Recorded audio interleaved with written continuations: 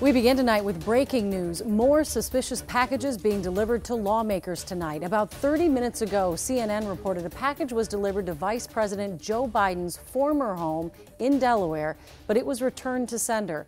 And tonight, a second package addressed to Congresswoman Maxine Waters was intercepted at an LA mail facility. Authorities say it is similar to 5 others that were discovered today and earlier this week, some of which included pipe bombs. KARE 11's Sharon Yu breaks down the investigation and how these threats work.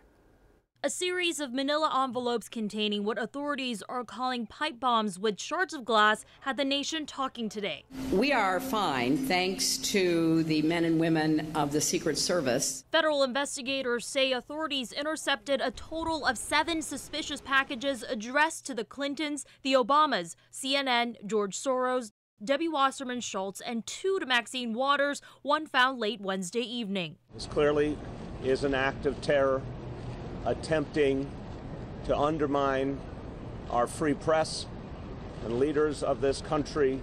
Michael Rosen, the CEO of a Minneapolis security firm, says now's the time for local organizations and Minnesota officials to re-examine if they have what it takes to handle something like this. At a minimum, to take a very serious look at their protocols and measures in place that protect them from those type of attacks. Rosen says the appearance of the devices are rudimentary, but are dangerous nonetheless.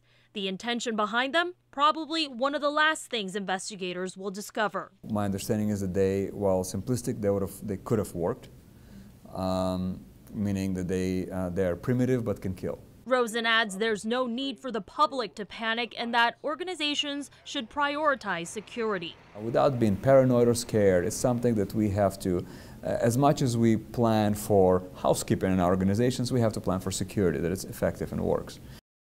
The FBI announced that the packages in question are being analyzed in its labs in Virginia. And as we've been reporting tonight, they say at this point there may be more around the country and are asking anyone for tips. Julie, back to you. Scary. Thank you, Sharon.